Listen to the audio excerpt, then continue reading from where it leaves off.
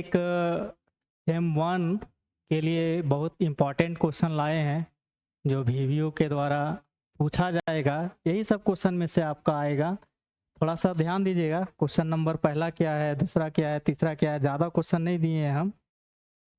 Total question 8 है। 8 question में ही आपका सारा रहेगा एग्ज़ाम में। वेरी वेरी इंपॉर्टेंट क्वेश्चन है, इसको बस पढ़ कर रहिए। खासकर उस स्टूडेंट के लिए है जो मैथ प्रॉब्लम को नहीं सॉल्व कर पाते हैं, उसके लिए है। उसके लिए एक प्रकार से रामबाण की तरह है। आप विश्वास अभी नहीं कर रहे होंगे जो हम बता रहे हैं, पर जब आप एग्ज़ाम में बैठिएगा ना, तब आपको पता चलेगा कि हम जो बता रहे थे वही सब क्वेश्चन आया हुआ है। तो क्वेश्चन नंबर जो पहला है वो देखिए क्या है। नंबर 1 क्वेश्चन, वीवीओ 2024 में जो आपका सेम 1 का एग्ज़ाम हो करके कुछ पेपर हुआ कुछ नहीं हुआ, तो ये है आपका फाइनेंशियल अकाउंटिंग का। तो पहला नंबर जो क्वेश्चन है वो है, ह्रास से आप क्या समझते हैं, ह्रास लगाने की विभिन्न पद्धतियों का वर्णन कीजिए। इंग्लिश में what do you mean by depreciation, explain the difference method of charging depreciation.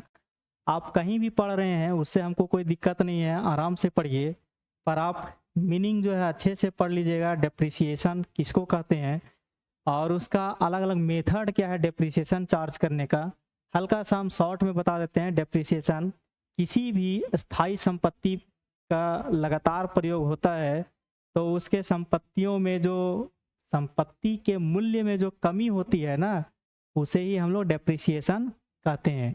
इसका 11 मेथड है। डेप्रिसिएशन का कितना मेथड है? 11 मेथड है। कुछ कुछ बता देते हैं। फिक्स इंस्टॉलमेंट मेथड है,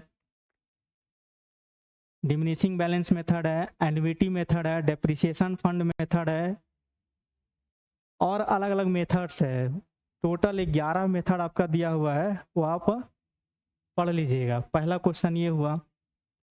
दूसरा क्वेश्चन है कि मुख्य कार्यालय की पुस्तकों में शाखा के तलपट को सम्मिलित करने के लिए क्या नियम है। इस संबंध में मुख्य कार्यालय के जर्नल में क्या क्या लेखे किए जाते हैं। What are the rules for incorporating the branch trial balance in head office books? What entries are made in the journal of head office in this connection? तो आप ब्रांच अकाउंट पढ़े होंगे, उसमें दोनों पूछने की संभावना है। मैथ भी पूछ सकता है और आपका थ्योरेटिकल भी पूछ सकता है, पर थ्योरेटिकल ज़्यादा चांसेस रहता है, मैथ का भी रहता है चांसेस। ये नहीं कह रहे मैथ नहीं पूछता है, मैथ भी पूछता है, पर बहुत आसान पूछता है वो, लेकिन स्टूडेंट गड़बड़ कर जाते हैं। तो ये खासकर उन लोगों के लिए है जो मैथ नहीं सॉल्व कर पाते हैं एग्ज़ाम में, उनके लिए ये है आपका इम्पॉर्टेंट क्वेश्चन फाइनेंशियल अकाउंटिंग का। तो जब आप ब्रांच अकाउंट पढ़ते हैं तो उसमें हेड ऑफिस के बुक में कई एंट्री किए जाते हैं। या लेजर, अगर आप जानते हैं कि लेजर में क्या क्या है, तो लेजर से आप आराम से कन्वर्ट कर सकते हैं एंट्री में। तो लेजर में सबसे पहले लिखते हैं हम लोग टू बैलेंस बीडी, उसमें स्टॉक है, डेटर है और किसी भी प्रकार का ओपनिंग एसेट्स है तो लिख लेते हैं। उसके बाद लिखते हैं goods send to branch, head office के द्वारा जो सामान भेजा जाता है। उसके बाद हेड ऑफिस भी नगद खर्च के रूप में भेजता है, जैसे रेंट का भेजता है, स्टाफ का सैलरी भेजता है, मिसलेनियस एक्सपेंसेस का भेजता है, उसको लिखते हैं debit side to cash account के नाम से। और जब ब्रांच बेचता है तो उसको क्रेडिट साइड दिखाता है, पर ध्यान देना ब्रांच क्रेडिट सेल करता है तो उसको नहीं लिखते हैं क्रेडिट साइड, उसमें लिखा जाता है या तो कैश सेल या cash receive from debtor. By sale credit side लिखते हैं उसके अंदर। और उसके बाद लिखते हैं बाय बैलेंस शीट, जिसमें आपका क्लोजिंग डेटर और क्लोजिंग स्टॉक होता है। यही है आपका फॉर्मेट। ये हम शॉर्ट में बताए हैं फॉर्मेट, और भी चीज़ें हैं, लाइबिलिटीज़ को भी शो किया हुआ होगा और एसेट्स को भी शो किया हुआ होगा। आप उस लेजर को याद करिए, आराम से आप जर्नल एंट्री कन्वर्ट कर लीजिएगा। थर्ड नंबर क्वेश्चन है कि लेखांकन सिद्धांत से आप क्या समझते हैं, इसकी मुख्य विशेषताएं या विशेषताओं का वर्णन करिए। What do you mean by accounting principles? Explain its main characteristics. देखिए जब आप 3 या 4 नंबर चैप्टर पढ़िएगा उसमें होगा फंडामेंटल अजम्पशंस कंसेप्ट करके, तो उसमें अकाउंटिंग प्रिंसिपल्स दिया गया है। टोटल अकाउंटिंग प्रिंसिपल्स 11 है, 13 है, 11 नहीं है 13 है। 10 जो है वो आपका बेसिक अकाउंटिंग प्रिंसिपल्स है और 3 जो है आपका वो 3 और है जिसमें आपका प्रूडेंस आता है। तो टोटल उसमें 13 है, याद नहीं आ रहा है नाम अभी। टोटल 13 अकाउंटिंग प्रिंसिपल्स है, आप उसको आराम से एक एक करके पढ़ लीजिएगा। पहला स्टार्ट किया जाएगा उसमें business entity concept, money measurement concept, dual concept, accounting period concept, ये सब जो है आपका इसी में आएगा। तो ये सब जो है आप बढ़िया से तैयारी कर लीजिए और एग्ज़ाम में बैठिए। देखिए आपको ये वीडियो बहुत सहायता प्रदान करेगा आपको। अगला जो क्वेश्चन है रिसीप्ट एंड पेमेंट अकाउंट का है और इनकम एंड एक्सपेंडिचर का। आप लोग पढ़े होंगे सेम 1 में फाइनेंशियल अकाउंटिंग में NPO, not for profit organisation, उसमें मैथ कम चांसेस रहता है पूछने का पर थ्योरी ज़्यादा चांसेस रहता है। तो थ्योरी ही दिए हुए हैं, हम क्या लिखे हैं, आय व्यय खाता और प्राप्ति तथा भुगतान खाता की मुख्य विशेषताओं का वर्णन करें। कैरेक्टरिस्टिक्स का जो है ना आपका डिस्क्राइब करना है, किसका किसका, इनकम एंड एक्सपेंडिचर अकाउंट और रिसीप्ट्स एंड पेमेंट अकाउंट, दोनों अलग अलग चीज़ें हैं। हल्का सा जानकारी देते हैं। Income and expenditure account nominal account होता है जबकि receipt and payment account real account होता है। Receipt and payment account summary of cash कहा जाता है। Income and expenditure account nominal account पर आधारित होता है, उसमें करेंट ईयर से रिलेटेड ही आपका खर्च या इनकम को दिखाना होता है। तो जब आप इसका चैप्टर में जाइएगा एनपीओ में, उसमें आप आराम से इनकम एंड एक्सपेंडिचर अकाउंट और रिसीप्ट्स एंड पेमेंट अकाउंट का बेसिक फीचर आप पढ़ लीजिएगा दोनों का। नहीं होता है तो इसका कैरेक्टरिस्टिक्स आप देख लीजिएगा। कैरेक्टरिस्टिक्स हमको लगता है 17 को उसमें दिया हुआ है। टोटल जो डिफरेंसेस के रूप में है ना वो आपका कैरेक्टरिस्टिक्स के रूप में काम करेगा। अगला 5वां नंबर क्वेश्चन है कि लेखांकन से आप क्या समझते हैं, इसके उद्देश्य एवं सीमाओं का वर्णन करें। What do you understand by accounting, discuss it's objectives and limitation. ये क्वेश्चन सबसे ज़्यादा इम्पॉर्टेंट है। लेखांकन है क्या, अकाउंटिंग कहते किसको हैं, तो हम लोग बताते हैं कि अकाउंटिंग का कार्य बुक कीपिंग के बाद होता है।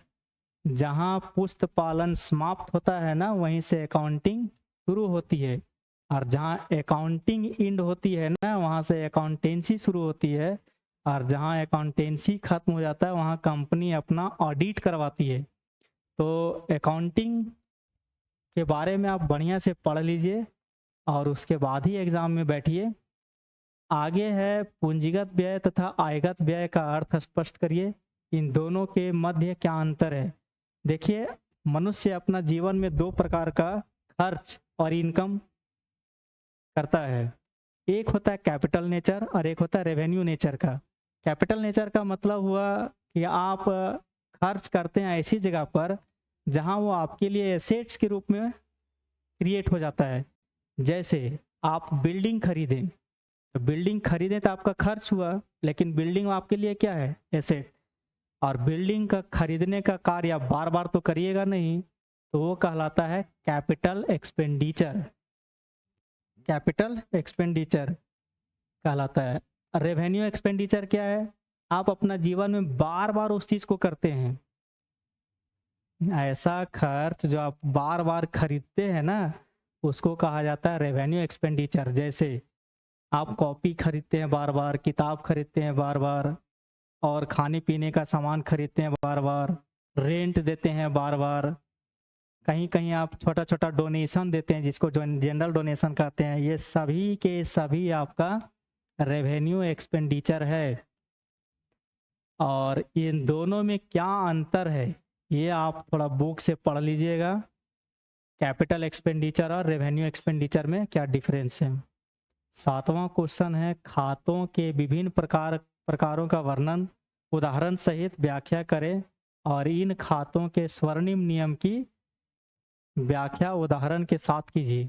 आप पढ़े होंगे टाइप्स ऑफ अकाउंट। अकाउंट हम लोग पढ़ाते हैं दो सिस्टम से, एक है इंग्लैंड रूल्स और एक है मॉडर्न अप्रोच जिसको कहा जाता है अमेरिकन अप्रोच। अगर आप इंग्लैंड पद्धति से पढ़ते हैं तो 3 है खाता, लेकिन उसको डिवाइड किया जाता है पर्सनल अकाउंट और इम्पर्सनल अकाउंट में 2 भागों में। इम्पर्सनल को फिर बताया गया है रियल और नॉमिनल। लेकिन आप जब जर्नल एंट्री में कन्वर्ट करते हैं तो उसमें 3 है, पर्सनल, रियल और नॉमिनल। तो वो हो गया।